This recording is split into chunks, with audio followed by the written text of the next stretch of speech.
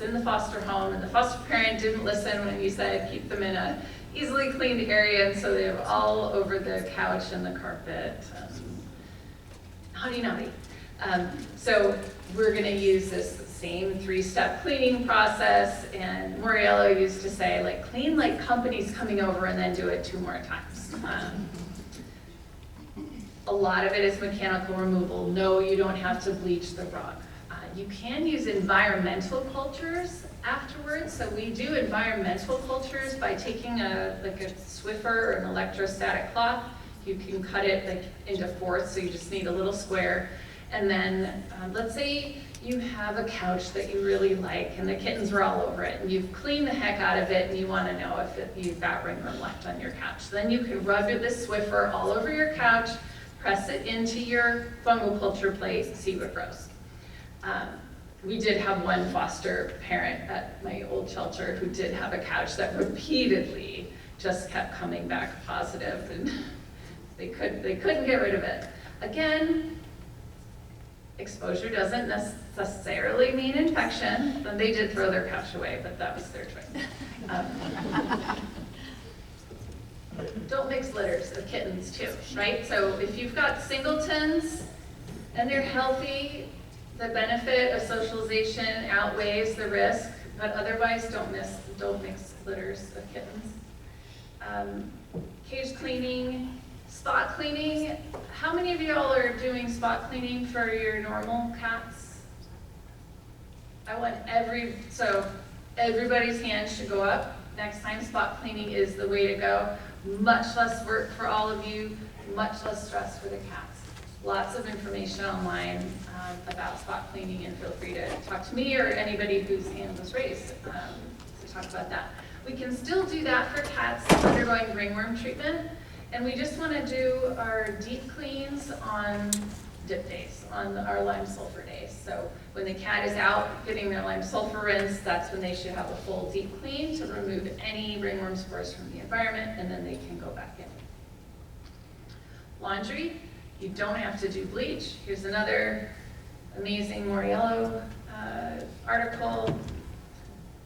She did so many fun experiments at our shelter, including like putting pieces of denim that she rubbed all over ringworm cats and then put in the washing machine, and saw how long, what does it take to get rid of them, and then culture them afterwards. So cold water, don't overload your washer. Those are the key things. If there's hair on the stuff when you pull it out of the washer, it's not clean. You got to do it again. But you don't need to throw away all your ringworm laundry. Foot baths don't work for anything. We don't need foot baths in the shelter. They provide a false sense of security. You're never going to stand in that thing for 10-minute contact time, and there's going to be a lot of organic matter in the way. So don't want to worry about foot baths. Instead, change your shoes. Have either dedicated shoes. We use Crocs, and you can throw Crocs in the washing machine, or generic Crocs, whatever you've got. And don't let the cats run around on the floor during cleaning. Seems like I shouldn't have to say that, but I'm saying it. Okay, dogs. Okay, 3 minutes. We got this. So dogs with M. canis, you do have to treat them the same way you treat cats. It is still the same fungus with all the same properties of spreading, contagion. And dogs are running around, and they're harder to confine. It can be a little bit more work. But remember, your lime sulfur gives you that residual activity, so you don't have to put your dog in a kennel and not let them out. Like, you can use your lime sulfur, and then they can move around. To give an example of how powerful lime sulfur is, so I've talked about the ringworm treatment facility at Dane County. All they do is ringworm. It's only ringworm in there. They use the protocols that I've been talking about with itraconazole and then twice-a-week lime sulfur. They do once or twice a year environmental cultures just of the inside the building. Tops of the cages, the floor, the counters. Never had a positive environmental culture. And it's attributed to lime sulfur and its amazing residual activity. So It really is, yes, it stinks, but I would much rather have a stinky yellow cat than a cat that's gonna give me ringworm. So dogs, you gotta treat the same way, but let them go. Like, let them walk outdoor, go for walks. They don't need to be isolated to a kennel. I'm gonna skip that. Okay, who remembers what we need to, when are we gonna say they're okay to go? They're okay to be released. What are the 2 things we want? 1, negative fungal culture or a P1 and, or if just the tips are glowing. Yep, we call that -2. Awesome. So, very good. You got it. I love it. You were listening. Okay, here's a not great picture, but it's all I've got of glowing tips. Okay, so these are 2 photos where you can see, hopefully you can see the one on the left, that just the little tips of the hairs are glowing, not the rest of it. So that is a cat that is cured, okay? Lastly, M-gypsum and trichophyton, okay? So I said, oh, you don't have to worry about it, but you still have this cat or dog with ugly lesions, and what are you gonna put them on the adoption floor like that? What are your options? So you can treat topically just on the lesion. So you could use lime sulfur with cotton ball just on the lesions every day, every other day. Really, we know we don't need to do it except for twice a week, but whatever, it's just a little cotton ball. A lot of times people just want to do something, and if not people in the shelter, but if the animal's going home, which is what we recommend for these, they feel like they want to be treating. So you can use that, or you can use a mycological cream just on the lesion. You could treat just systemically, like just terbinafine or just a triconazole. You could do both, or you could do nothing. Like, the reality is all of these animals, even M. canis, are gonna clear if you do nothing. It'll just take a while, and if it's M. canis, they're probably gonna infect a lot of other animals and people in the process. So that's why we treat. But they will clear on their own. What I did was topical with lime sulfur. I'd make a little pharmacy vial and send it home with the doctors and say, keep doing it until the hair grows back, which is not really a great way of saying when they're cured. Hair can grow back and they can still be infectious if we're talking M. canis, but we're not. We're talking tricho or M-gypsum, and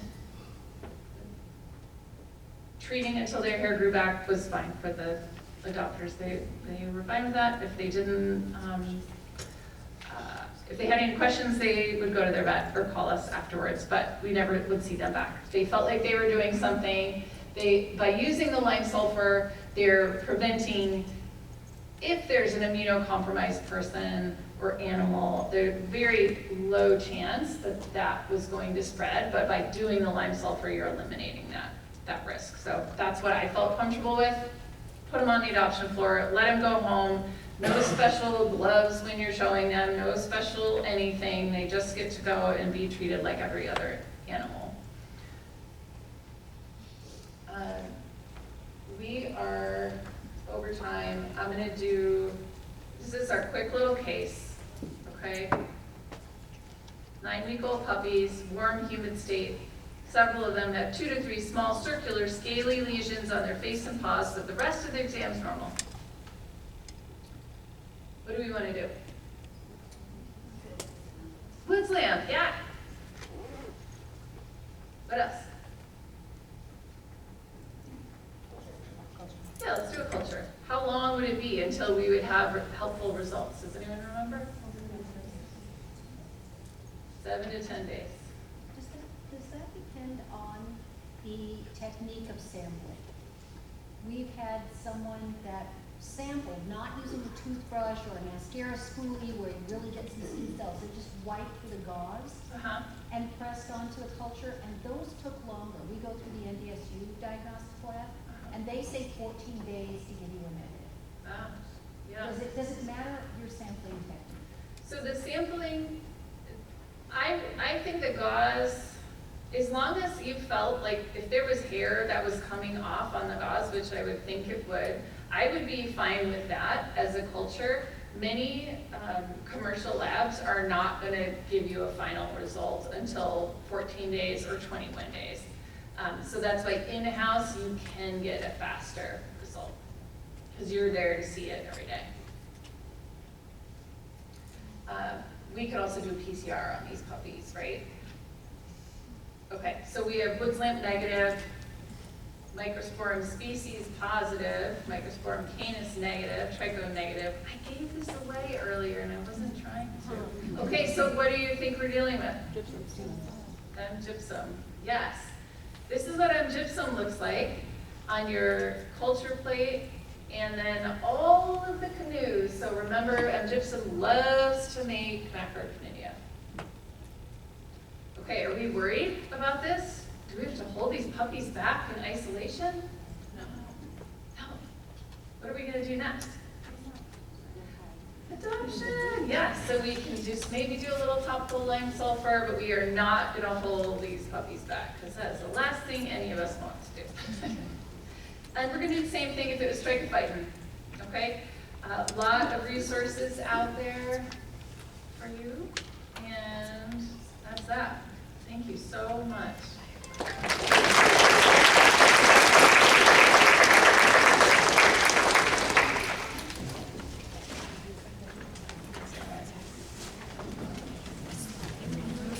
We're going to break for lunch. I've noticed that